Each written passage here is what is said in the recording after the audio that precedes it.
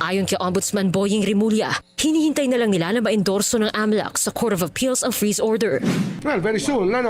Kasi nga, we want it filed already. Yan ang aming pinupush talaga ngayon. We expect it to be filed by... Pero alam mo, dahil sa daldal nito, lalo sila napahamak. Kasi why? If you're going to freeze someone's account money, hindi mo announce yan. Bakit? Kung i-withdraw yan, hindi, pwede naman niya isarado yung account niya eh. Diba? Agad-agad. Pera niya yun eh. Oo, magfa-flag yung AMLAC. Pero pwede niya ilabas yun. Agad-agad. Ipapa-freeze. Pangalawa, do you think yung pera ni Romualdez nandito? Yung talagang tindi ng yaman niya? Nandun yan. May Swiss account yan. Kasi doon pala sa, kinuwento sa akin doon pala sa Swiss na yan, yung mga ganyan-ganyan, ano daw yan? Diyan daw talaga nag-o-open ng lahat ng mga illegal na tao sa buong mundo. Kasi doon walang question.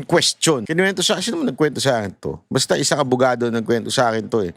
Doon daw talagang walang tanong-tanong kung saan mo kinuha yung pera. Basta nilagay mo dyan yan. So kaya nga, etong pag-announce niya, alam mo naman kasi, bida-bida ito si Rimulya eh. Bida-bida ito eh. Gusto magpabida nito, siguro malamang nautusan din ng mastermind at sinabing, para meron namang mangyari, ipitin na natin to, ilaglag na natin unti-unti to si Romualdez. Kasi ulo ko na hinihingi ni Baste. Sabi ko ni Baste, "Hoy, ulo mo!"